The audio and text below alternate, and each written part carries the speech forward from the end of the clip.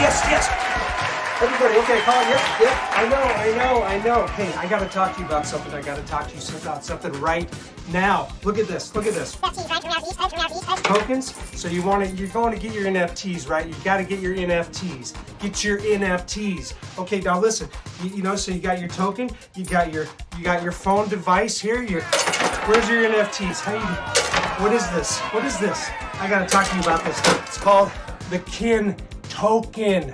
You need to get the Kin Token, folks. Kin Token. NFTs, right? 3 hours each. Folks, Kin Tokes.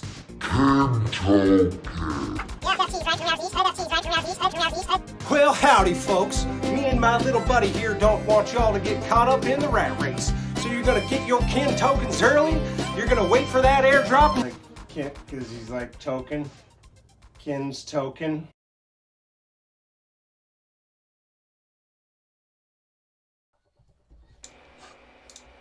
And we're live, bros. Hey, we're live. Do you believe me? Prove me it's wrong. True. Prove me wrong. Welcome to the show. How you doing, Ken?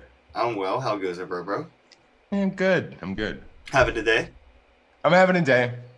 Gonna blow the clouds away. Gonna blow the clouds away. Yeah, I feel good. How about you, our guest, who I thought this was our first meeting, and dude, I met you 5 times. Dude, I'm the godfather to your children. I feel so good. Happy to be here, man. It's great to be back on your show, Ken. Yeah, man, it's good to see you again, bro. Thanks everybody for tuning in. Shout out to Argo, Blue, Matthias. What up, Cryptophasia? That's a cool name. Long hair. Long hair. Just okay. Long hair don't care. Yeah, there you go. That's an attitude right there. Oh. Man, it's a day. So are NFTs dead, Adam? I think that's the next topic, right? I feel Bitcoin's banned in China. Gaming gets banned in China. Yeah, I mean, Voltaire asked, dude, bro. How many cycles are we gonna go through over the last 6 months? I swear to God, we've been through 18 bear cycles in 6 months, right? But the bear cycles last 3 days, right? So it's impossible to say. All I know, dude, is we are so early. It's ridiculous. It's ridiculous. I mean, granted, we get caught up in it because everybody we hang out with is into NFTs, right? That makes sense, yeah. When I talk to my normie friends, forget it, dude. They're asking me how to get a MetaMask. They don't know. Like, nobody owns NFTs yet in the wider world community, man. We're so early. I mean, yeah, there is going to come a crypto winner and an NFT winner. I'm sure of it, 100%, guaranteed, right? But NFTs are here to stay, and if you're listening to my voice right now, if you think you're late, you are insane. Because literally, I don't even think there's 100,000 people on Earth who own an NFT right now. I mean, that's the size of the town I grew up in, right? That's It is, dude. It is. You're right. No, right? NFTs in general don't even have as much attraction as just Pokemon. Yeah, oh, dude, not even close. Right. Like one company's products, Pokemon, have more people, interested than all of NFTs in general. So yeah, I can't vastly more. Can't wait for this. I think it's a $10 billion company, and that's probably more than I don't know what the market cap of the entire NFT market is. I mean, it's probably more than 10 billion, but I mean, I don't know. I mean, what does that number look like? Well, that's just on a company paper, like right? Pokemon alone is just 10 billion. I mean, we all know. Look, there's a lot of money in the NFT space. We all know whales. We all know people with ridiculous sums of money.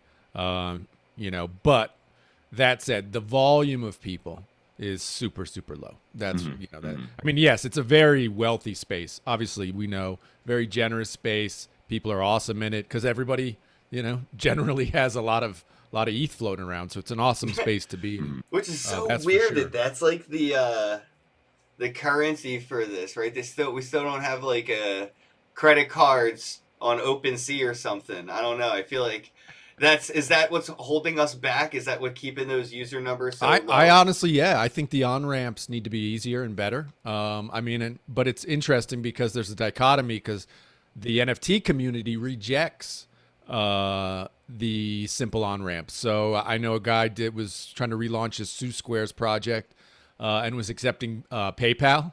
Bro, the shit he got for that, from the NFT community was pretty severe, and I don't think he was trying to do the wrong thing. I think he was trying to onboard people. So in that way, I think we're at a bit of a conundrum there where the NFT community wants to be like, no, we had to get a MetaMask, so you damn well got to get a MetaMask. All the steps too, right? it takes to get an NFT still sounds like a scam. Like if I Well, didn't in our know company- anything that I know, it's like, oh, first you have to go on your phone and download this app called MetaMask. All right, well that sounds weird already. Then you got to take your credit card or bank info, right? And then you got to like buy this other currency. No, it's not from a country. Just buy that other currency. And then once you got that currency, then you can go to the store and buy this thing. What? Literally, I'm trying to set a friend up. Shout out to Matt, who's trying to like buy his first NFTs, and he's like, "I thought crypto was supposed to make it easy." I'm like, "Bro, no, it's not easier, man. Some it's things not easier." easy. Other things, it's like weighing things down sometimes with better technology. It would be like having a battery in your phone that could last a week. You know how heavy and big your phone would be? I feel like that's how it is sometimes. But yeah, the more on-ramps, the merrier. And I'm hoping, with the way we're seeing mainstream get more involved. I went to Walmart and picked up NFTs off the shelf with the Garbage Pail Kids launch.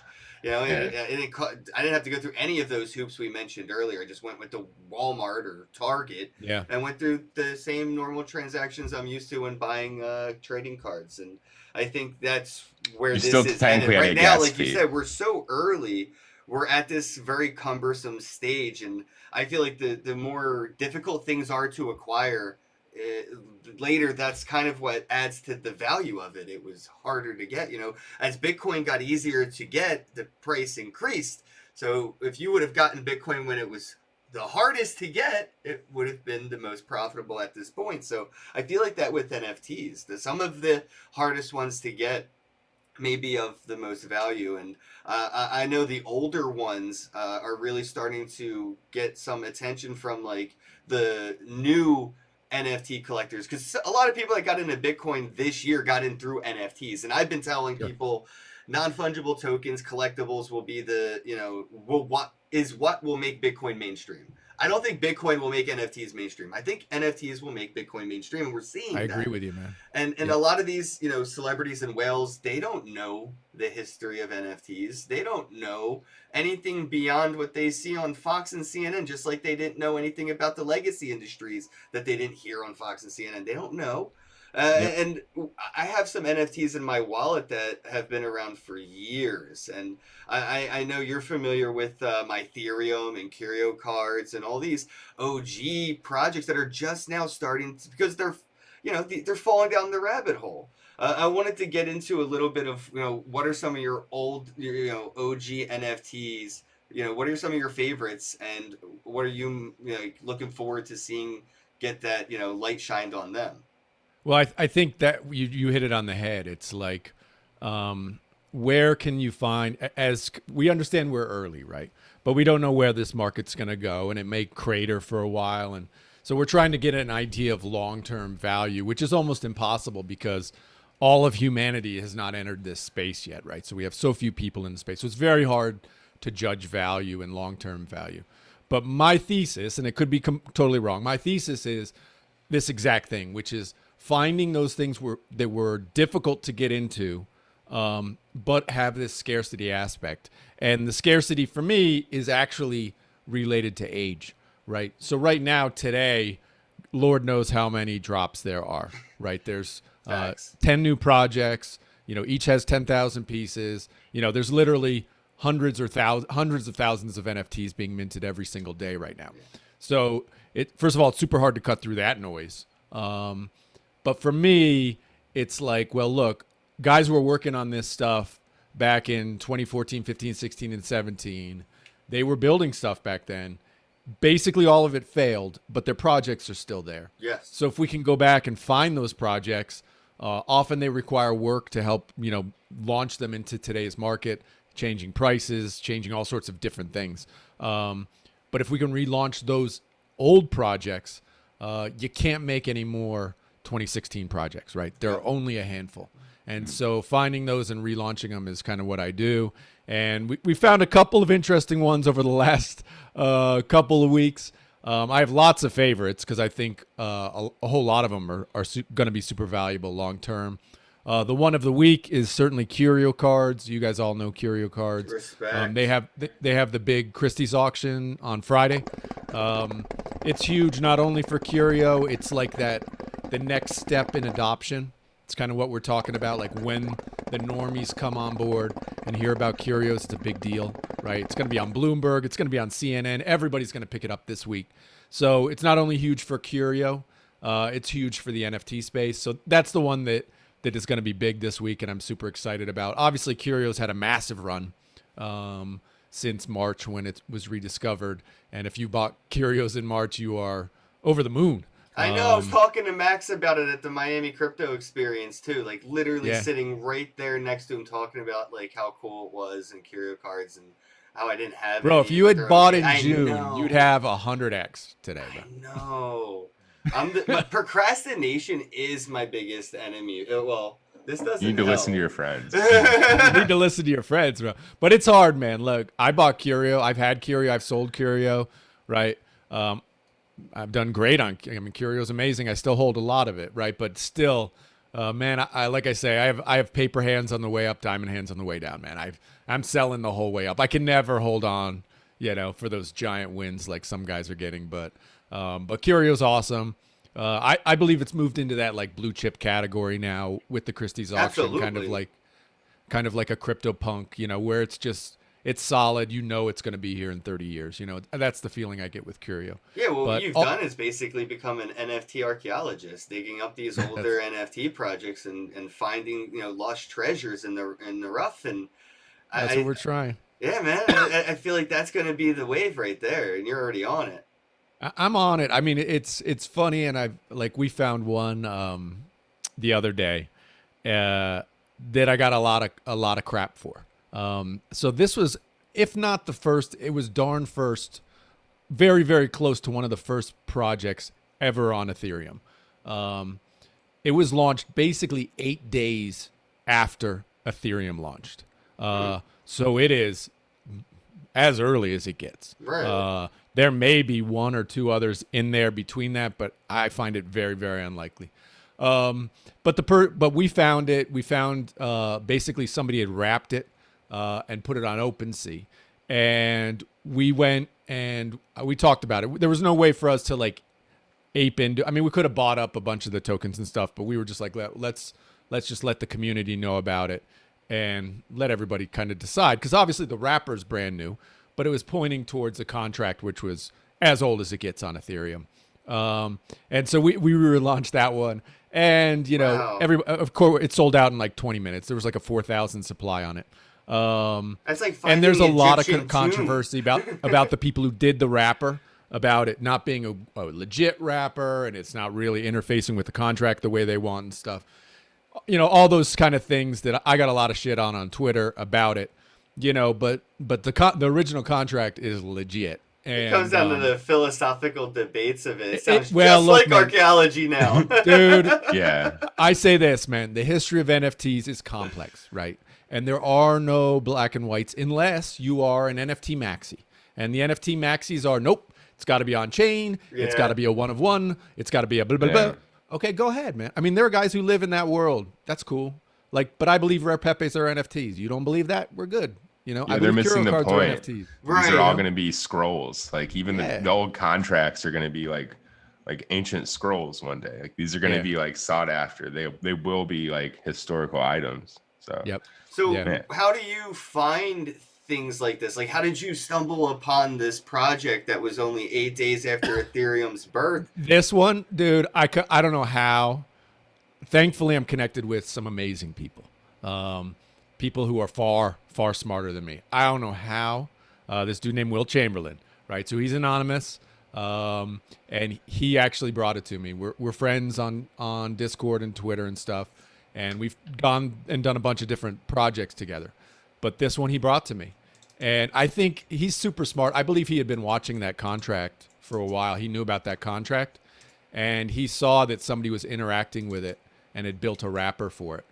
And then he alerted me. He's like, dude, somebody just built a wrapper for this thing and basically put the first, 45 of those NFTs on OpenSea. Wow. And at that point in time, I said to myself, well, look, man, what are we going to do? I tried to reach out to people who I thought potentially might be the developers because, I prefer to have a launch that like is coordinated with the developers because I believe if you can interact with the developers, the future prospects for that project are just way better, right? Mm-hmm. So I tried to reach out, tried to get them on, get in touch with them so to kind of coordinate a relaunch. Couldn't get anybody to respond. And at the end of the day, I was like, look, I don't know what these guys are doing, but let's just tell the community about it. I mean, it was free to mint. You were just paying gas prices to mint them. Put it out to the general community and let them check it out. And, people obviously were like, nah, man, this is cool. It's costing us whatever, $30 to mint one of these babies. Let's get it. And that's what happened. Dude, that's so badass. I'll put the link in the YouTube to the OpenSea right now. If I have to, I can make you a mod too. Cause sometimes no YouTube's worries. I just put it with in links. So that's Terran Nullius, I guess it's how it's pronounced. Nobody's come to me with like the exact pronouncement of that. But we created a Discord and all that sort of thing, and the Discord has been very active and fun, where people have just debated if it's an NFT or not, and all this sort of round and about, which I don't really do anymore, man. I've had these, dude. When Curio was first rediscovered, dude, I argued with people about what's an NFT for 2 weeks. I swore after that, man. I just let the market decide. What are your lines? Like, what lines do you draw when you're drawing distinctions between what is and isn't an NFT? I have a soft view, honestly, Okay. very soft. Like I'll even give it up to people who were kind of on Bitcoin and doing things with like colored coins. Yeah. And if they were kind of trying to tie art to colored coins and stuff, people like Ray Myers and that sort of thing. I look at those people as innovators, man. They were trying to work with an existing infrastructure which was just not built for what they had envisioned, right? So I give them props. It may not be the perfect NFT, but I try to have a soft lens towards what people were trying to do. I take a lot of my cues from intention. What were they really trying to do here? So I tend to hold a softer lens. So to that. I want to play devil's advocate and ask what makes something not an NFT to you that others may consider an NFT? Right. So this one specifically, they're saying that the interaction between the wrapper and the original contract, it doesn't fully take into account what the original contract does. So the original contract actually allows for unlimited mints. Basically, it allowed you to basically stake what they call a claim, which is you basically made an NFT. You could put in all the text you wanted. Like literally, guys have already minted like the full Bitcoin white paper in their NFT. Of course they it's did. Cool, right? Doom's so next. Cool. Yeah, right. And so it allowed you to basically create an NFT, and so but it was unlimited. The guy who made the wrapper, whoever that was, and we're not sure, put a cap at like 4,000. You could only use the wrapper up to like 4,000. So, NFT maxis will be like, dude, he modified the original contract, so it's not a true wrapper. Okay, I mean, I totally get that argument. I'm just willing to say, okay, I agree, and we're still going to use it. I mean, right? That's all. Yeah, I think since it's so old, maybe there's an exception. I think maybe right. certain exactly, dude. I it would guess, be unacceptable artifact if it was done NFTs. today for a project today. Exactly, dude. Exactly. Yeah, maybe we just have to accept that there's a classification of artifact NFTs, and then That's we'll what I do. probably have eras, like how we have eras in history, music, exactly, dude. everything, art, especially. It's gonna be the same way. Yeah, I mean, I think you got to look at people and projects with this kind of view of like people were trying to work out stuff kind of on the fly. I mean, remember like Curio Cards was the first project to ever use IPFS, right? Something we take today as like standard practice, right? Nobody used it before that, right? People storing stuff on like Google Docs or whatever. I mean, anywhere, So yeah, I always look to just kind of intention of projects. I try to anyway. Might make some mistakes along the way, but in general, I take a softer view. For example, there was another one that I helped rediscover, Pixel Map. I don't know if you guys are familiar with it. So it was a 2016 project, right? And if you guys saw that infographic that Leonidas did, there was Etheria on 2015. There was nothing on 2016, and then all the projects started in 2017. So this was a big deal because it was the first project rediscovered in 2016. Ken, great guy, the developer. We relaunched it. Good awesome. name. I mean, it's a legit NFT, but it didn't have a transfer function. Why? Because Ken didn't think he needed a transfer function in 2016. He's like, why would anybody transfer it to themselves? That makes no sense, right? Of course, people are going to sell it, right? I mean, is that an NFT? There are a lot of people, who are like, no, it's not an NFT. Well, it's not transferable, and we have them today. It's not transferable for free. Yeah. You had to sell it. Right. But is that an NFT? In my view, that was an NFT, and Yeah, I think it the is. market's definitely decided that that's an NFT. It's pretty valuable right now. Made the wrapper a little bit challenging because you basically had to sell it to yourself. But once it was wrapped and it's on OpenSea, I mean, we had to make a wrapper for it anyway, even if it had a transfer function. Still would have had to have a wrapper. Sounds like a booby-trapped tomb to me. I'm just saying, it sounds more and more like archaeology as we keep going. Yeah. They're going to do Get a ready, Tomb Raider man. NFT. Those arrows are going to start shooting Lara out of the Croft wall. is- yeah. Lara Temple Croft of looking Doom. for some color coins. Yeah. No, that's Yeah, so Um, now what we're working on, we're really grinding on is Bitcoin, man, because there's so many Bitcoin and Namecoin. What are your thoughts There's on a lot of stuff people were Satoshiables? trying to do back then, right? And so it's like trying to dig this stuff up and get it out there to people. It's a lot of fun right now, that's for sure.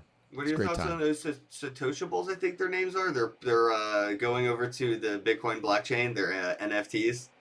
Oh, really? Okay, I don't know that. What's that one? I don't really know too much about it other than that they're these NFTs that were, basically like crypto punks, but Satoshi punks, but different name. And they're like Bitcoin NFTs, right? They're Bitcoin NFTs, but they're not on Right. Bitcoin. And they're basically building a bridge over to Bitcoin to become like legit like Bitcoin NFTs. Oh, they're going back to Bitcoin. not Nobody, not bad. nobody goes back to Bitcoin. You go away from That's Bitcoin. That's what hilarious. everybody's Going trying back. to do. Yeah, Look, I somebody mean, in the chat can the get a people who link to that. built I'll on get it to them. Bitcoin, it's not meant for smart contract. I mean, you can do it, but it's just not meant for it, right? So it was all really, really hard. And so, I mean, realistically, the best thing now is Emblem Vault and Shannon, the dude who built Emblem Vault, the head dev over there. It's amazing what they can do, right? They can take rare Pepes. You can go buy them on OpenSea now with almost 100% security. It's the first time I've ever recommended people buy rare Pepes because I just thought it was too risky to buy them on Bitcoin. But now they're available on OpenSea, and you can very quickly, in 30 seconds, check to make sure it's legit and know you're getting a real rare Pepe. And I love that, man. I think this cross-chain stuff, taking the old stuff from Counterparty, from Bitcoin, Counterparty, onto Ethereum is a big deal and opens those markets up to just a whole bunch more people, which is exactly what we're talking about, right? Just how to get it to more in front of more eyeballs, where more people can enter the market. We get real price discovery, and it's super exciting, man. TG asked a really good question in the chat here and mentions the Holy Grail. I'm wondering, what would be considered the Holy Grail of NFTs? I feel like we're still looking for it because every other time we turn over a stone and find something, we're finding an older NFT. Yeah, Well, it wouldn't necessarily be the oldest. It'd be the most historically significant. I guess. That's a super tough one, man. I know. Each person has their own, like, which is the most important piece of art, right? Is it the one everybody knows, the Mona Lisa, Yeah. or is it a Basquiat? Or I mean, it's almost Basquiat. impossible, right? Of course, I'm an old kind of guy, right? So I like, which is the first one, and I kind of look to Namecoin. And what McCoy did on Namecoin, Okay. Quantum, is that the first one? I'd probably 2014. say yes.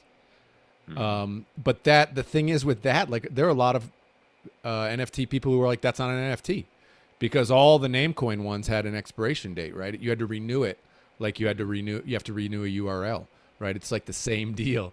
I mean, these are the challenges of the time, right? When the guys were building Namecoin, they were like, of course the NFTs expire. Like, who wouldn't want them to expire? You want them forever? They didn't think of it. They didn't just, it's just a different point in time, right? Yeah. It's like we're here and now. We understand what we want as an NFT. But in 2014, it was very different. And I do propose to people, look, that in 2035, it's going to be way different than what we want now. And we just don't see it because we're in the now. But what our NFTs will be, they're probably not even going to be called NFTs, but what's going to happen in 10 years down the road, kind of none of us can predict. And so much like those people, I would ask them to please give us a soft lens for our idiocy right now. I tend to give those guys in 2014 a little soft lens because, you know, they were doing the best they could, you know? Yeah. Yeah, it's Yeah, crazy it's like because getting mad at cave people for not drawing better or something. oh shit, yeah, It's like they were doing the best they can. All I have is They this were rock doing the to best draw they this could other with rock. I'm limited- trying. Like limited tech. Like right, limited tech. right. And they were trying, innovating, and it's funny as you mention it, it makes me think of those NFTs as, you know, kind of oxidizing and you know, turning to dust, and you know, yeah, they're gone to time, and that's how some things are, and that's fucking awesome actually to think about, that there's just, you know, NFTs out there that have just died to time, just like things here in the physical world just died to time. Dude, and then finding them, dude, it's such a thrill, man. Like, I don't know. We found this one number board. I don't know if you guys had heard of it, right? So this dude did this one, 2017. It was before like CryptoKitty, so it was nice. It was like in a nice spot, not perfect. You know, perfect is 2015, but 2017. Yeah. And he basically built this like a message board, and it started with number 0 and went to basically infinity. It's not infinity because Ethereum has a limit, but it's like each of us could have 1 billion and we're still good. Like there's a lot, right? It's almost infinity. And like maybe 30 or 40 people claimed them back in 2017. So when we found this, first I was like, oh, it's garbage. Like, let's not even put it out because it's infinite supply, right? But then what I realized after we did it is there's this thing with numbers. Like in our culture, in our society, and humans have a real thing with numbers. Like I guarantee you have a favorite number. Oh, absolutely. And I guarantee you know what 69 means. And I guarantee you darn well know what 420 means, right, bro? You know what I'm saying? You know it. So it's like, right? And so when we found this, dude, I punch in 69, taken. I punch in 420, taken. I punch in 99, taken. You know, you know, and 1 to 10, I'll take it, right? And so I realized, oh shit, it's not. It can be infinity, because infinity allows every human on the planet who wants to go get a number from this project and go get one and be part of the community. But then certain ones are going to have more value just by nature. Yes. So that's when we relaunched. And dude, I mean, look, I have no like skin in the game. I have a handful of numbers.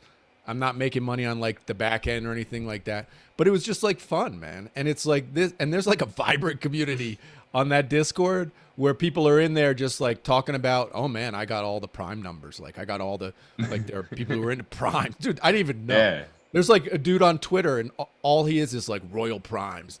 And he just, every day is about prime numbers for him. Dude, some people collect hubcaps. Dude, whatever floats your boat, man. Yeah, I think back to that, like that kind of works back into like the Holy Grail discussion. Like it'll probably be something from an amazing project with a great community that's also a mint number 1. And I mean, I know it sounds kind of obvious to some, but it's not obvious in the mainstream. Like people don't understand that, like maybe the first CryptoPunk ever purchased is going to be, you know, the most valuable one. Like they don't really understand, like maybe they're looking for an image or something, or they're looking for, so like it is kind of our responsibility to educate people, but also accumulate these good old projects and like put our money where our mouth is. I did want to talk about some, you know, tactics and strategies of acquiring some of these things. You know, a lot of people that I talk to, when I find things like that, some of the things I recommend, because I don't really dabble too much in Ethereum, but so I know a lot of people that do, and I'll tell them, you know, you might want to go on OpenSea and start placing in some offers on some of these NFTs. People might not know what they have, or might not even care, and they'll see that 0.1 Ethereum offer and go, thank you. And, exactly, dude. Or whatever it may be, right? And I feel like, you know, doing nothing on that front is you know, it's a waste of time because this is the time right now to start putting in the offers before everything's hitting Christie's from 2017 prior. Yeah, I think you're right. Like that strategy you're talking about. First for me, it's like, can you find something before other people? Right. And that they may already be on OpenSea. I'll give you an example. I know a lot of guys who were into the crypto bots. I mean, I've known about crypto bots forever, right? And they've been on OpenSea forever. I didn't think much of the project. I mean, they were super, super cheap, 0.005. I mean, dirt cheap, right? Because there's like 10,000 of them, and I didn't think they were great. And I own a couple, but I never really got into it. But, there were people who were pushing it, and in that community and in that Discord and crypto bots. They had a nice pop like in the last couple of weeks. And if you spent 1 ETH on crypto bots, 5 months ago, you probably 10x'd your money, Nice. But I like your strategy also. It is surprising.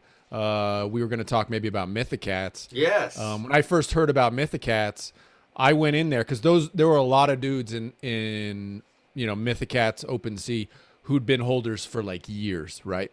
And when they get an offer, because they haven't had an offer in years, and that offer pops in their email in the morning, and they're like, "Holy shit! I just got a $300 offer, sold!" Right? Yeah. And dude, I picked up like 5 Mythicats for like, I don't even know, 0.2 or less. Yeah, that's crazy. Yeah, target a month the or people so with ago. no activity for a while, not the activity. ones that are like selling constantly. Like they're looking for a competitive offer. Yep. You want the people that are like, "Hey, I bought this thing for $1. Who cares?" Like that's not realistically, but that attitude, Yeah, my Mythicat actually helped me get this VR headset. I sold one a few days ago. It's crazy because the floor is like 3 ETH now. I sold one for 1 ETH, a Mythicat, because I just saw the email and like you mentioned, I was like, why not? Couple grand. Yeah. I've been holding this since it was a couple #, dollars. bad idea, bro. Right. Yep. It tripled in value in like 4 days on me, Yeah. but I still got my headset, so I'm not going to be too bitter. That's the thing. We're in these times where even a lot of collectors that are out there, these high-powered collectors, a lot of these are investors that were buying ETH at like $8 or $9, $10, and now they've got like hundreds of ETH, and they're just like flipping on NFTs and getting more and more and more, and like. You never know what they'll say yes to, even those guys. Right. Adam, what's So, the biggest take a offer shot. you had to decline on OpenSea? I'll go first. Mine, I think, was about 40 Ethereum on a Josie Bellini piece of art. Really? Yeah. Wow. That's spectacular, man. Yeah, but that's I can't sell it. For me, it's more priceless. about I have a Curio. I own like a Curio 26. Oh. So I don't know. Probably the biggest offer is like 35 ETH, something like that. Nice. Would you probably wouldn't even? Is there even a number that you would let that go for? I've sold. I had a couple of 26s, believe it or not, and so that was just gifts. People gave me those as niceties, and so I feel super fortunate. And no, dude, I've sold a couple, and felt very fortunate selling them and making ETH, which has allowed me to buy other stuff like Mythicats. So no, I mean, I never hold it over anybody like, don't sell diamond hands. Dude, you got to do what you got to do for your family and your life circumstance. Everybody's different. I just meant like if there's remember why you got into it. Because I feel like that piece that I have by Josie is priceless. Like, I don't know if I could even let it go for over $1 million. Like, I don't know if there's I don't know. If there's a number. Yeah. There might be a situation, like you said, like you have a nice number. situation. If somebody placed a decent offer and I needed money to pay rent because life sucked and I fucked up, then there's always a situation, but I don't think there's like a number. Yeah, for me, it's that 26 would be really hard to part with because I know I'd probably never be able to get it again. Exactly, right? Even though I'm never going to be a full set curio holder unless somehow I magically win the lottery, right?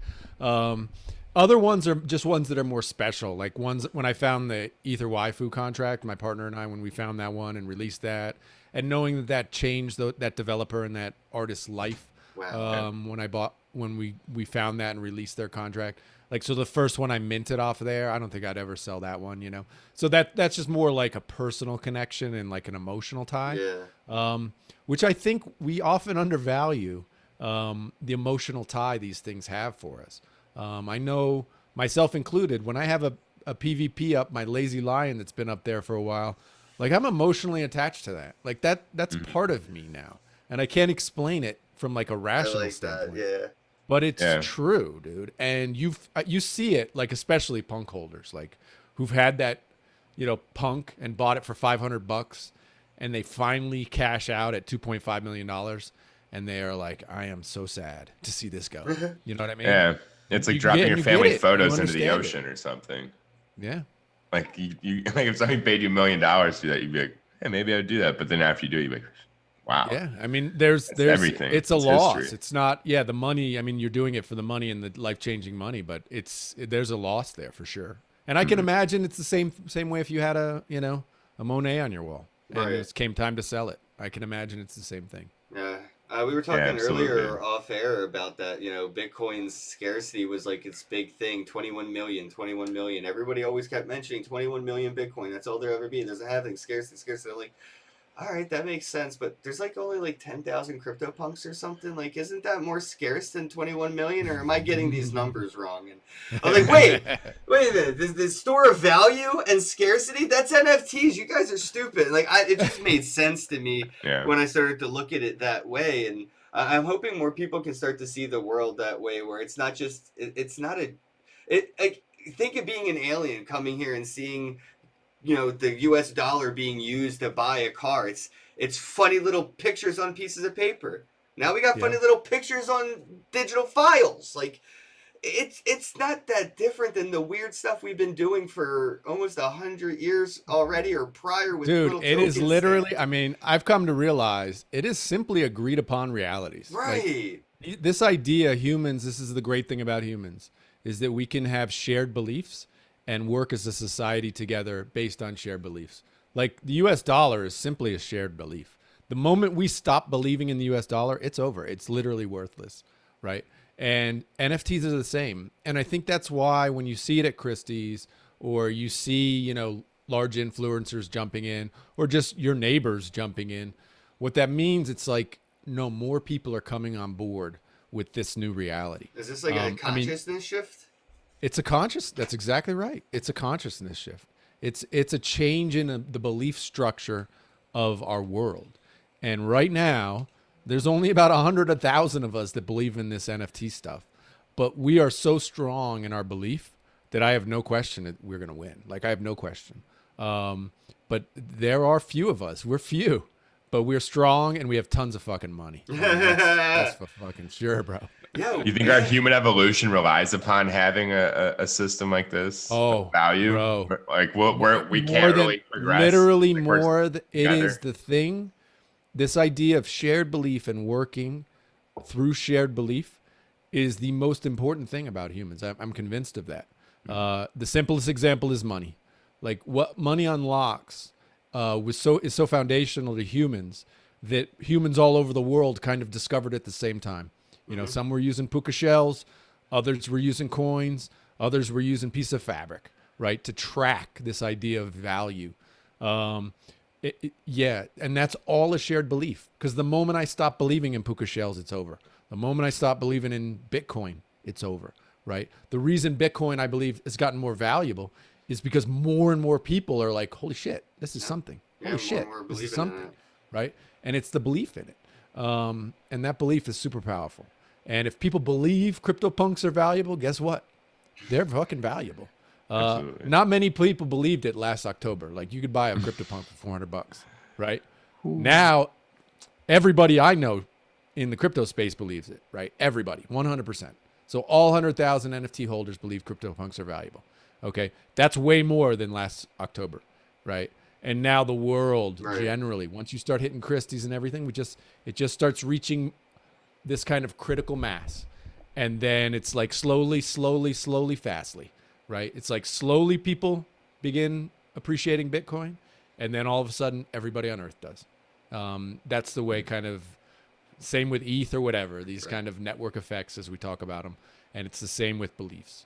And it's super cool. I wanted to touch on NFTs with utility, because there's not many, and that's where I think the Mythic Cats and my theorem kind of fall into play here, and why Splinterlands is taking off in the way that Splinterlands is, because they're like very old projects that have been around, and the communities haven't just stared at this, but they've used these NFTs. They've played with them. It has a more visceral, I feel like, connection to the NFT than CryptoPunks had. When it comes to that, at least, maybe that's just me because I use NFTs, not just collected them to stare at them and sell them, but like I like the utility side.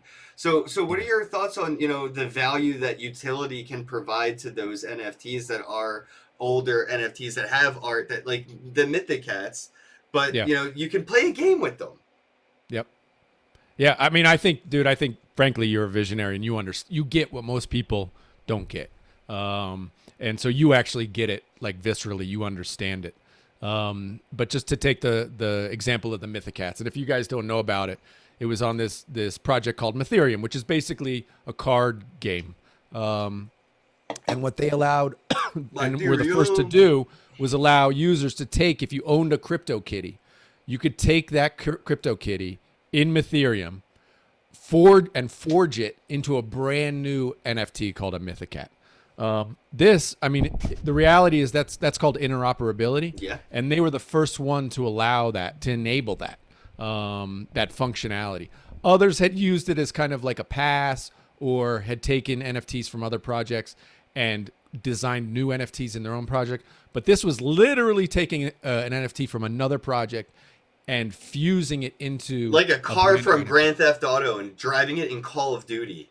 That's exactly right, dude.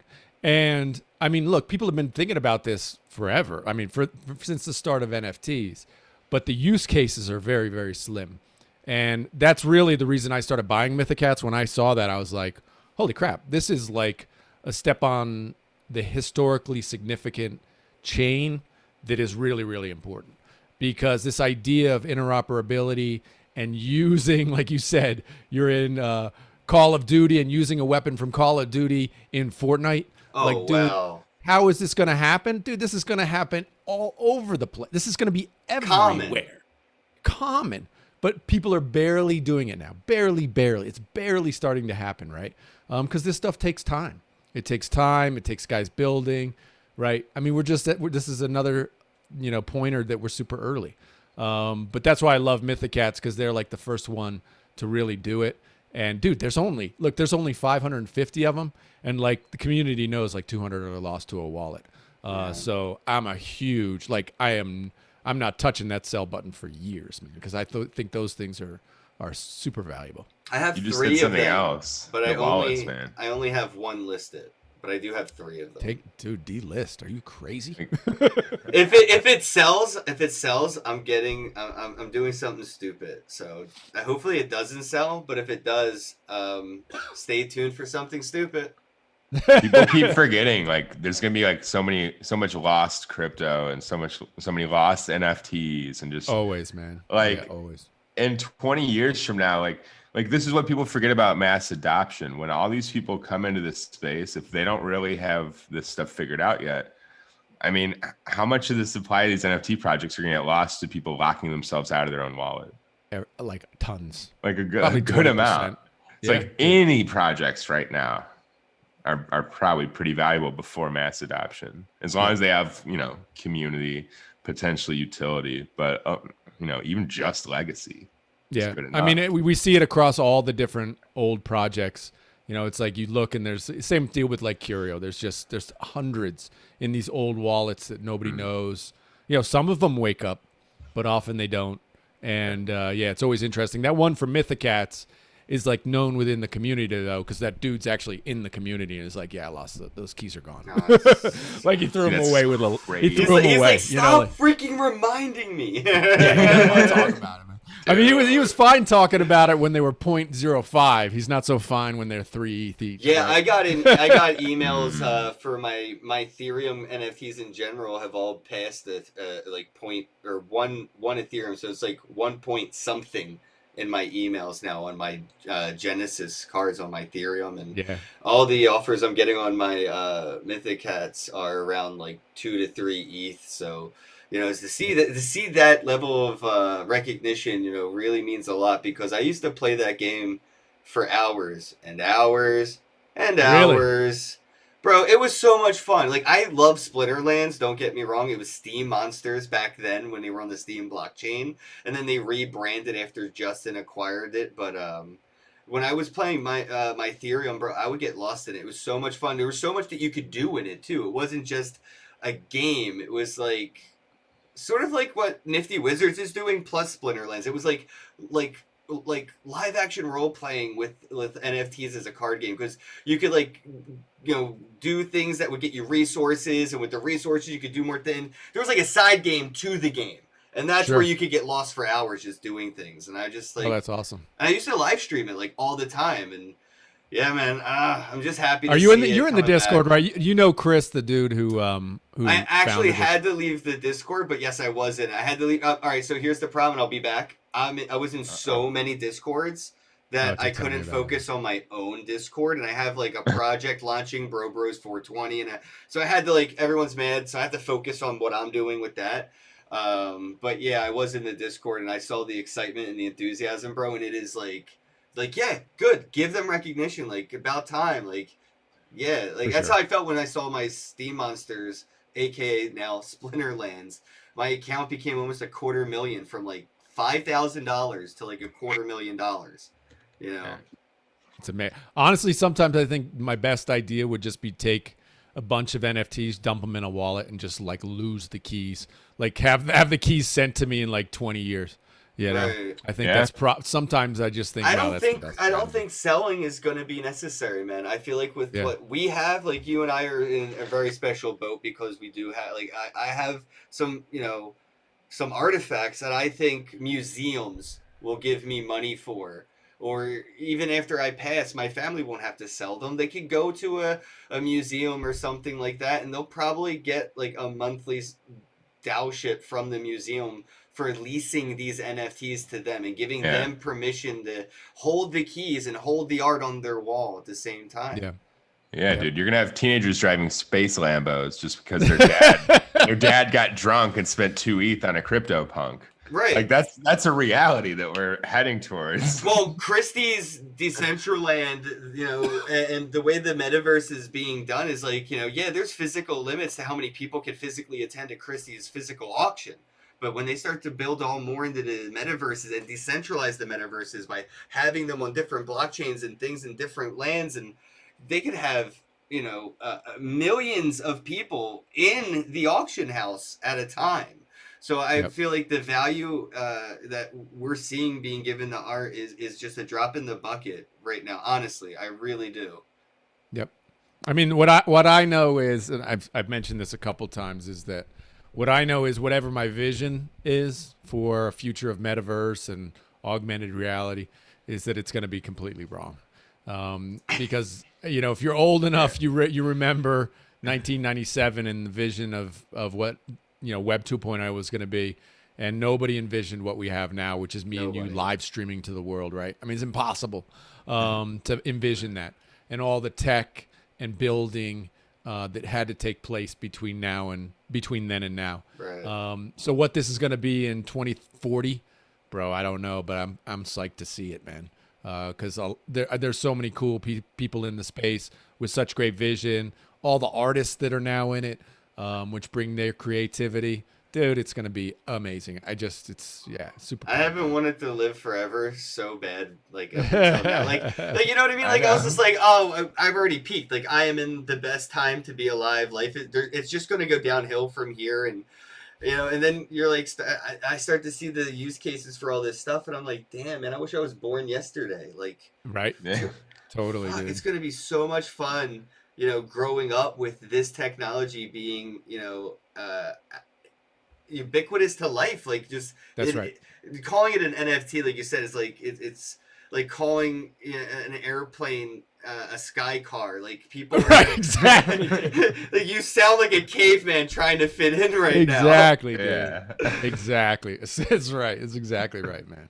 Yeah, the ubiquitous of it, the embedded in every one of our lives is just to call it something special when it's almost everything.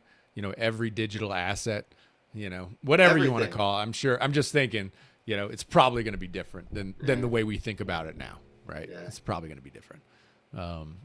So But it's gonna be I exciting. want to wrap things up here with kind of with that actually, where you see this going. You know, do you think Visa is gonna do something with their CryptoPunk? And if so, what the fuck is Visa gonna do with their CryptoPunk? Who gives a shit, dude? I I'm more do. interested. I'm far more interested in Is what individual- CryptoPunks the new Illuminati ticket? Like, is this how They're you gonna get into package the these. island and drink the blood of children or something? These are going to be No, financial bro. packages. You're going to No, have I'm little far pools that more- you can invest in. far more interested in what dudes like you are doing creatively. Thank you. Because what you do, and whether you get shit for it or not, right, is you push the envelope, you make new stuff, you try new things, you try, you win, you fail, doesn't matter. It moves the whole space forward, right? Thank you. It's like, it just moves us all forward. It builds on everything. So every failure now, every fucking whatever, stupid turtle drop of the day takes us to a different place where 5 years, 10 years, 15 years down the road, we can't get there unless people are building and trying new stuff. So I appreciate you. I appreciate any artist, any person out there trying to push the NFT space forward, because we're all just building just an awesome future. And that's what's so exciting. You got my business card NFT, right, for 2016, You never said it to me, bro. I've been expecting that sucker forever, man. I found the keys. I found the keys to that wallet. You did? Okay. I don't want Alright. to talk about it. I found the keys All to right. that wallet. My manager, reminded me of things, and yeah, Okay. apparently I have like 20 crypto kitties and a whole bunch of other shit too, man. Nice, Apparently, bro. I was an NFT junkie in my in my sleep, buying things. I didn't Dude, even when know it's I in your owned. soul, it's in your soul, man. That's it, But dude. I It's found locked in, my bro. stack of business card NFTs, man, and I remember. Dude, I'm DMing you my ETH address, man. You gotta send me one. Is it and I will AdamMcBride.eth? hodl. I shall not sell. I shall not sell. Is it AdamMcBride.eth? Do you have like a .eth? No, I don't. Although I do have a public wallet, you can just send it to my public wallet. All right, send that to me. I'll send it over, man. Because yeah, I remember when I got my award for that in New York and at NFT NYC. I'm going to remind them in 2017, I spoke to McDonald's, American Airlines, and all these other companies about how they were going to use NFTs for loyalty points, rewards cards, Bro. gift cards, and dude, it wasn't a crypto event. It was like a loyalty rewards conference thing. So I was like the only person there that was talking about crypto, and like these people, I granted I showed up in my pajamas and I was really high, but like they just didn't get it. Dude, I mean, it reminds me of the works, story. Guys who were early in like the URL game, like went to McDonald's, like, no, you need McDonald's.com, and they were like, get No, the fuck don't. out of here. We don't need shit, right? I mean, that's how early you were, bro. It's visionary, man. No, it is, dude. I mean, Yeah. look, we laugh about it, but you were so true. early and visionary, and I give you Yeah. props, man. Thanks, Give man. you props. Yeah, I'm Absolutely. working on it with Mad respect. Ken Token. I'm launching my official shitcoin, so Yep. Ken Token's coming. And I got my memberships, Bro Bros 420. So if anybody wants to be a Bro member, there's only 420. So And if Good you're looking for a luck. legacy NFT, you could pick up our the first collab Ken did was with myself. yeah, And, with that, yeah. it's beautiful. Crypto Sultan and myself created it, and Nice.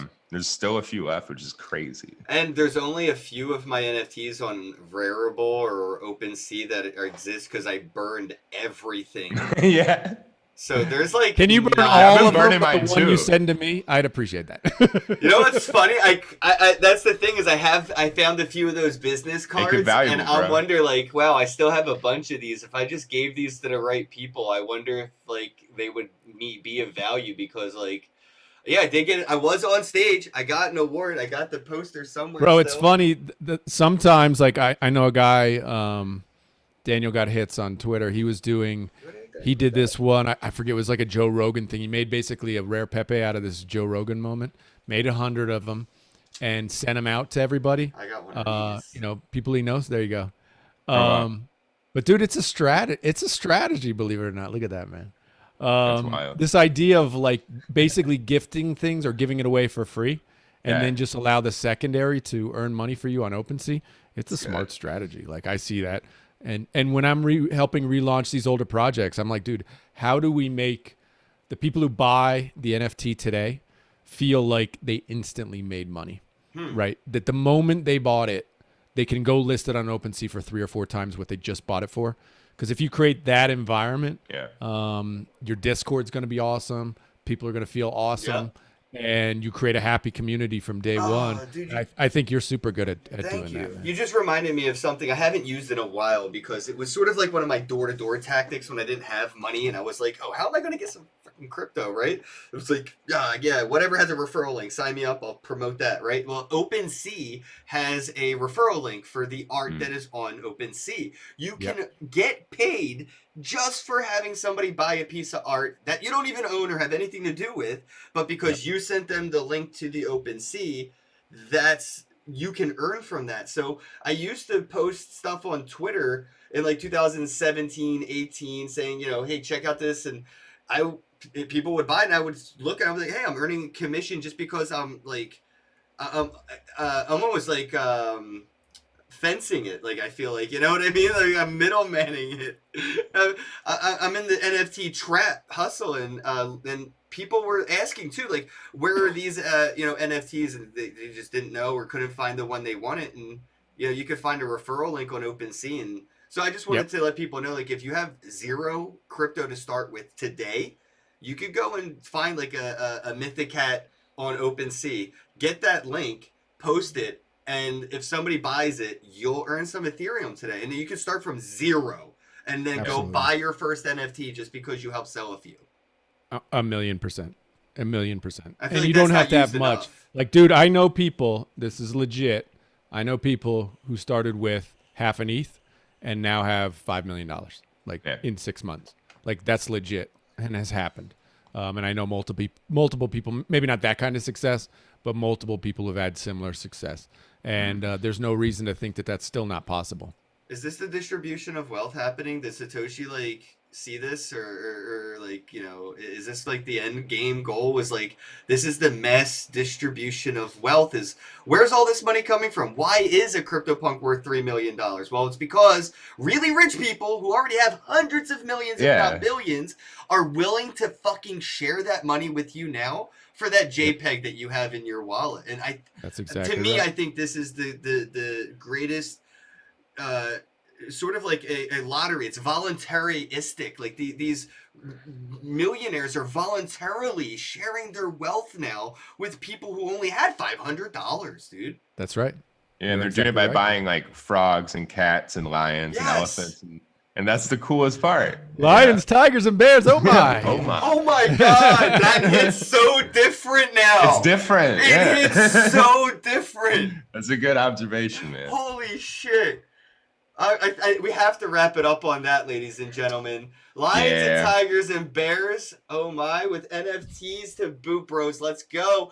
I have my lazy lion, and actually got some stuff I'm picking up in a little bit. I got some swag made. I'm excited. I got shirts and hoodies and shit, dude. I ain't selling my lazy lion. I only got the one. I'm a cult member, like, kind of person. I'm probably gonna get a lazy lion tattoo just because that's who I am. It's what I do. But I'm excited to have my lazy lion, man. And I have my one Mythicat I'll probably never sell. That might be another t-shirt I'm going to go get made, and potential tattoo. I'm just, I'm hyped to see the NFT space growing, man. So thanks, Adam. I really appreciate you coming on, and everybody for tuning in. Thanks, guys. Thanks, we love you. Bye. Hey. I should just like. You just leave it on. I can just leave it on. I don't have to end it. Yeah. I'll be sweaty. You come back in a few hours, I'll be sweating. I'll be.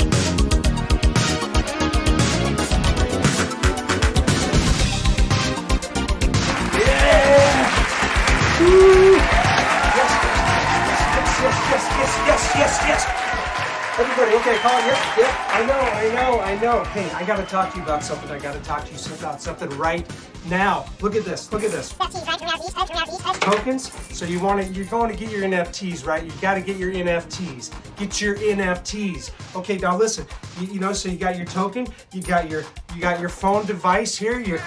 Where's your NFTs? What is this? I gotta talk to you about this. It's called the Kin Token.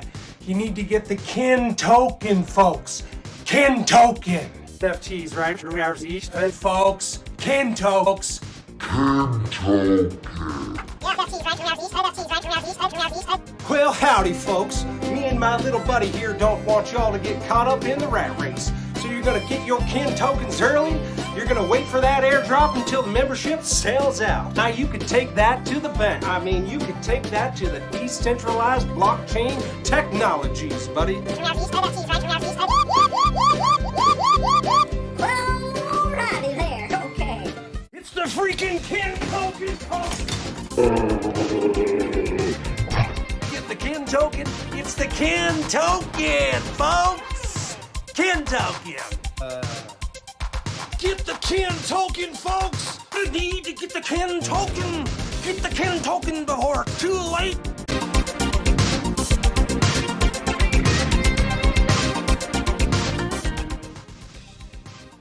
It's like he's like I get it, like Ken's token. He's like Ken, because he's like token. Ken's token.